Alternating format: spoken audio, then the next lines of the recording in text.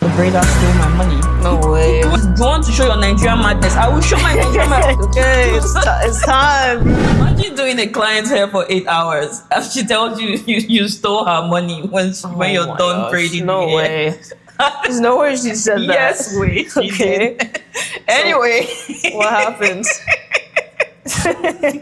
Anyway, let me tell you the story. So it was back in the day when, I was already braiding hair, but like not in this capacity of Braids by Dili right now. Okay. So it was a home service and she said that I should come to her house. And at the time I used to live in Scarborough. This woman said I was coming to Brampton. Nah, that's too far. First of all, was this someone new, or is this a client that you already did her hair before? First time client. She wants you to come to her, and she lives. That's a different city, actually. For real. That's a different city. It's not even GTA at this point. GTA, but it's not Toronto. But it's not Toronto, so it's too far. Okay. So she told me like, okay, she lives in Brampton, and I'm like, okay, cool. I'd come to you. That's fine. Yeah. So I drive all the way Scarborough to Brampton. And what day is this? Is this like during the week, rush hour, or what? It was on a Sunday. Okay. But like it was around 11 a.m. ish. So like I think Sunday's a bad driving day anyway. Everyone's driving slow. Yeah. I think the appointment was, if I can remember correctly, was for maybe 1 p.m. Oh, okay. So even if 8 hours later, that's like 9? Yeah. So 9 p.m., yeah. I went to her house to do her hair. Mm-hmm. I got there, she's like, oh, we're going to do it in the balcony. And okay. So she doesn't want you to be inside her house, basically. I was actually confused. I'm like, in the balcony? I do realize that we're in the peak of summer. It was in August. So the sun is hot. And she's like, yeah, that she wants us to use the balcony. And I'm like, okay, it's your house. I mean, whatever you say, just do it. I'm just here to do your hair. So we start the hair in the balcony. Right. It was waistline, small size, not less braids. Yeah, long. You can imagine how long. Tedious, long. And I was standing. I didn't even see, like... Disaster. She didn't even say, okay, because we're outside, let me be nice and ask her if she even wants cold water or something. Like, I just felt... Anyway, this is what she wanted. I'm like, okay. But not even offering you water, like, that's heartless. Like, you're in someone's house. She didn't care. It's the most basic thing to offer someone water when they're in your house. She just wanted her hair done. And I'm like, okay, cool. I came here to do your hair. Like, okay, that's fine. So I didn't care. I'm like, okay, I'll do the hair. And we did the hair. I didn't complain, mind you. I'm like, when I'm doing home service, I go to people and whatever they say, I'm in their house at that point. So their house, their rules. So if she says outside it is. I just did the hair. So after doing the hair, time to pay me, like, when you're done 8 hours of hard work. Yeah, obviously you're expecting to get paid. You're expecting to get paid for sure, but like when you finish doing work and you don't want to be staring at them like, where's my money, where's my money? You're like, okay, it's time, bro. Exactly. And I'm like, the moment that I've been waiting for. I'm just hanging around. I'm like, time to pay me. She goes and she's searching one bag. She's turning the bag upside down. And I'm like, what's going on? Then she calls her husband. And she's like, oh, she kept her money. She kept her money here. She can't find the money.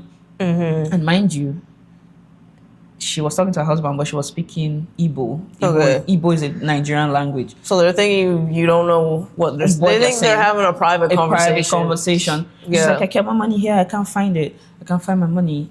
And the husband's like, check properly. Like, it should be somewhere, know? Mm-hmm. She's like, yeah, I kept it here. I feel like that girl, the braider, stole my money. No way. When I heard it, my brain, my brain was like, how's that even possible? You got there, you went to the balcony, you were there for the whole time doing the hair. So at what point did you take the money from her bag, which was where? Inside the house? Inside the house. The bag was inside the house because she brought the bag from inside the house. The bag was I feel like she planned that. Oh yeah, like for sure. She decided already from the beginning that she wasn't paying. So she just made that up. I actually think so too. I think the story doesn't even make sense. There's no grounds. But she said I stole money and she was speaking in Igbo and she was telling the husband like, oh, this girl, I think she stole the money. Like, I kept the money here. I can swear I kept the money here. Like, and mind you, I was just there keeping my cool. Like, the husband is like, but why would you be accusing the girl? Like, she didn't. So the husband's not even on her side. She's not on her side. He doesn't even believe what she's saying. Yeah, I feel like the husband is a more understanding person. Yeah. Because he kept on like going back at her. Like, why would you accuse someone that you even kept outside to do your hair? Yeah. You didn't even, like, when did she get into the house to, steal your money that you're claiming she stole? Yeah. And she just kept on saying, oh, yeah, but I kept it here, I kept it here, I kept it here. The husband was like, I know you're careless. It will be somewhere in this house. So you're just standing there. I'm just there. Listening. I'm just listening. They're still thinking you don't know what they're saying. And you're just waiting for your money. They're talking privately in their mind. At 9 p.m. And I'm like, but what's going on really? Like, when it was getting out of hand, okay, they're still going back and forth, saying I stole their money and all that. And she kept on saying, I'm not going to, no, that's not where she said it. When I was tired of like waiting when they were having that argument, then I went to her and I'm like, yo, I understand everything you're saying. Like, you've been saying that I stole your money. Like, I've been quiet. Like, she's like, when I told her that I understand Igbo, and you have been telling your husband that I stole your money. Yeah. And she's like her heart wanted to jump out of her mouth. Like, she was really shocked. Like, I'm like, yes, I understand everything you said, and I interpreted everything she said to her. And she was looking very, very, very shocked. Like, of course. Like, how did I just lose guard like this, But I didn't care. At that point, you've disrespected me so much. Like, how can you say I stole your money? Like, and I'm like, okay, you feel I stole your money. My bag is here. This is the only bag I came to your house with. I turned my bag upside down and, allowed her to check for this money that she's looking for. Obviously, she obviously didn't find. She didn't see the money. She's like, oh, maybe it's in your car. When did you go to your car? And I'm like, okay, it's in my car. Take my car keys and go search my car. She's like, I'm not going to go search your car. I'm not going to go search your car. I'm not going to. She knows that she's just playing around. And I'm like, okay. She's like, you have to come to your car with me to search it. And I'm like, and I kept on telling her, I'm very glad that I didn't come to your house with money today, because if I had come here with money, you would say my money is your money. Yeah. Exactly. Like, how can I explain that that's my money? It's just disrespect, honestly. Like, so I just kept on saying, I'm very glad that I didn't come to your house with money. I'm very glad that there's no money that I forgot in my car somehow. Yeah. So even if you go check, there's no cash there's nothing fine. But she kept on saying whatever that she was saying. Then she started saying, look, I'm not going to pay you twice for this hair. I'm not going to pay you twice for this hair. She didn't pay you once. Like, apparently, just like, I'm not going to pay you twice for this hair. I'm not going to pay you twice for this hair. So the twice she's referencing is, the one I stole plus the second one she's going to pay me. Yeah, she's. And that was when I lost it. I'm like, what do you mean by you're not going to pay me twice for this hair? Like, I've even been so quiet. I don't know if you've seen all those posts, like braiders having issues with clients that didn't want to pay them and they take scissors and chop their hair. I can relate to that. So when I see those kind of posts on social media, I don't even feel bad for the client, because I've had that experience before. Then if the braider chops your hair, you say the braider is wicked. But the braider has spent 8 hours doing your hair. You don't want to pay. What kind of evil? I feel like people are just very unkind and very bad and disrespectful to people, So you told her he's going to chop her hair. I told her that I'm not going to leave your house today feeling unfulfilled. Like, I came all the way from Scarborough to Brampton to do your hair. I stayed outside in the scorching sun at the peak of summer doing your hair, and this is what you want to tell me? Accuse me of stealing your money because you don't want to pay. And you felt like I wasn't understanding the language. Now, shocker, I heard everything you're saying, but please, ma, pay me my money. Let me go home. She's like, oh, she's not paying me. She's not going to pay me twice. And I said, I will chop your hair. I took my scissors, like, for real. I took my scissors. I'm like, I will chop your hair, and I'm not even going to chop only the braids. Not those. I told her, not those ones you see on social media that they will chop the braids. I will chop from the root so that you will go bald. So when you go bald and then anytime you touch your scalp, there's no hair. You remember what you did to me. Nah, she wasn't ready for that one. Because I knew that if I had walked away, maybe some braiders will actually like walk away and like, I don't want trouble, I don't want tantrum, I don't want to spoil my business. I don't care. Like I told her literally, you want to show your Nigerian madness. I will show my Nigerian madness. We are plenty that are mad. It's not only you that is mad. You know, you're not the only mad person on the streets of Nigeria. Even if we're in Canada, you want to come to Nigeria and feel, you want to come to Canada and feel like you can oppress a braider just because you do these things to other people and you probably get away with it. But in my own case, you are not getting away, you know? I was like, if I go without actually doing something, I will be pissed with myself. I'm like, in my head, I'm like, okay, maybe I should call the cops because we're going back and forth. She's not bringing my money. The husband is like telling her like, oh, you're accusing somebody, still speaking Igbo. Yeah. Even if now he knows that I understand Igbo. I feel like maybe they just speak Igbo in their house. Okay. So then you were thinking call the cops. Yeah, I was thinking call the cops. And I pick up my phone to call the cops and I called them and they basically did not come. I don't remember what they called it. They gave me a name. Like they got bigger fish to fry. Exactly. Yeah, we don't have time for this one. We don't have time for that. It's up to you. It's up to you to deal with your client. I have serious pressing issues in Brampton. Yeah, they had other things to do that day. So I called them. They told me basically that they're not coming, and I'm like, okay. I actually now have to take actions because if the cops will not come to, you know, make her give me my money because this is a service somebody did. You gotta do what you gotta do. Then I have to actually do what I have to do because I've tried to involve the law. The law says that this is not a case that they will be dealing with because it's a petty case. They don't care. Yeah. But I care about my money. And I'm like, okay, if you're not coming, I have to go the route. Like, I'll cut the hair and, you know, so you didn't get paid, she got nothing as well. Yeah, that was what was in my mind because if I had gone without, no money, no hair. That's it. If I had gone home without actually doing something, I'll be very mad at myself because I've been away for 8 hours doing your hair and now you didn't pay me. And on top of that, you accuse me. Yeah, then I'll drive back like over everything fool and be angry with myself that I didn't do anything, you know? Yeah. So when I was threatening, I took the decision I wanted to, you know. Then the husband, the poor husband, the husband already left the house. Like when I started threatening with the scissors, even before I called the cops, he already left the house. I don't know where he went to. She just took his car keys, and when the thing was getting too heated, and I said, I'll cut the hair, and then he took his car keys and he left. Yeah. So when I got off the phone with the cops, I knew they were not coming. I took my scissors back like I was going to cut it. Then I saw the husband come back and, you know, he handed me cash. Ah, I see. So he went to the bank or ATM. He went to the bank because he's like, I can't deal with this drama. Make peace.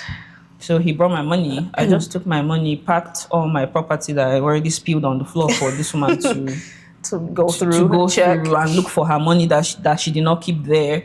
So I just packed my things and left, but I was livid. Like I was pissed. That's like, if you don't want to pay, you don't want to pay. Like, why are you accusing someone? Pissed. I felt making up stories. Very and like you said, she probably just expected you to just like, whatever, and just cut your losses and go home. I actually feel like some braiders would have done that. They'll just walk away. But if I did that, I know myself, I will be angry with myself. And I'm like, I'm not doing that. The worst thing that will happen today is I'll make her bold and I will go home. I know it's going to be a struggle to cut because she won't just sit down and allow me cut the hair. But I don't care how much I cut, but I'm going to cut it from the root. I'm not cutting it from the actual braid strand, you know? That was what I wanted to do before leaving. Yeah. So, and I feel like that happened to me because, like I said, it was in the early days when I was still, you know, trying to start out my business a structure. I didn't like have a booking website. So I learned a big lesson for sure because if I had a booking website where I make people pay deposits, like now people have to put their card on file to book an appointment with me. So if it was a situation where I already had that in place. Yeah, you could have just charged the card. I would just charge the card. I wouldn't have to go back and forth. Like when I already heard the Igbo that they were speaking, I would just stay in that balcony and charge the card, and then I'll just walk around and tell her, I've charged your card. So when you're done speaking Igbo with your husband, I've already got it back to Scarborough. Yeah. Like that's what I would have done if it was the way my business is structured right now. But because at the time I didn't have that structure, I couldn't do it. So when even like some braiders will even make you pay the full money before they come to you, or before they even start braiding your hair, or before they touch your hair. And I don't blame those people. Because people like this ruined it for everybody. Exactly. Like with their disrespect and their nonsense. Exactly. And then you see people say, oh, she's charging me before the appointment. She's charging me before the appointment. Yeah, you don't know what that person has been through. You don't know what they've been through. Like, imagine after this experience, I will run and go and up. If I had a website, for example, and I didn't like take people's card information, I will go and make my website, take people's card information. People react, like braiders in this business react based on the experiences they've had with people. You know? So they have to protect their business. They have to protect themselves more than you, the client. So if you are coming to their business to get a service, you should know that, okay, this is their policy. These are their rules. You have to abide by their rules and do there's things. A reason why. There's a reason why. But people don't see it that way. People just feel like, oh, she's charging me. She's asking me to put my card. Oh, this business is asking me. I don't feel comfortable putting my card. Like even right now, I have that structure. Some people will say, oh, I don't feel comfortable putting my card. I'm like, no payments, no deposits, no appointment. That's it. Like I can't change my business process because of you. You know, so that's basically the lesson I learned. I had to give my business a structure, and I had to, you know, make people actually accountable for their actions. Because if she knew that she was going to be accountable for her actions, maybe she wouldn't have done it. Like maybe if she had remembered that, oh, I booked on their website, or of course she wouldn't. She was doing this fully thinking she was getting away with it. Like thinking that she was gonna, you know, come out on top and you're gonna get nothing. I think so. Otherwise, there was no reason why she would have done that. Imagine her rocking small waistlet knotless braid that she did not pay for. All summer long. Flaunting it to her friends. Flaunting like this. Nah. Something you did not pay for, and you have the conscience. And like you said, she's probably done that before. I think she's done it before. And it worked. I think she's done it before. That's why she thought that. And maybe that's why her husband is like, nah. Because he kept on saying like, oh, you're very careless. I know the money's somewhere in this house. You're very careless. I know the money's somewhere in this house. And it's unfair that you're accusing someone that you didn't even let to enter your house. You guys have been outside in hot sun. Like, you could tell like he was a reasonable person, but his wife was just very unkind and just, you know, wanted to be wicked. That's all I can think of it to be, because what else could he really be if it's not being wicked and mean and disrespectful for no reason? That's wild. So that's basically one of my wildest experience as a braider. Crazy. Yeah, it's crazy for sure. I can say that again. It's actually crazy and it's wild. But things like that happen, and you just deal with it as it comes as a braider. So anyway, if you're a braider and you've had similar experiences or something that's happened when you're doing someone's hair that you want to share, feel free to drop it in the comment section. And let's relate to things like this. Let's talk about it. Let's create awareness, because people be crazy out there. So you need to, you know, talk about your experiences so that we can devise means on how to, you know, deal with them. Anyway, thank you so much for joining me on this one, and stay tuned for more Chair Talks with Dili. We will be right back. Bye.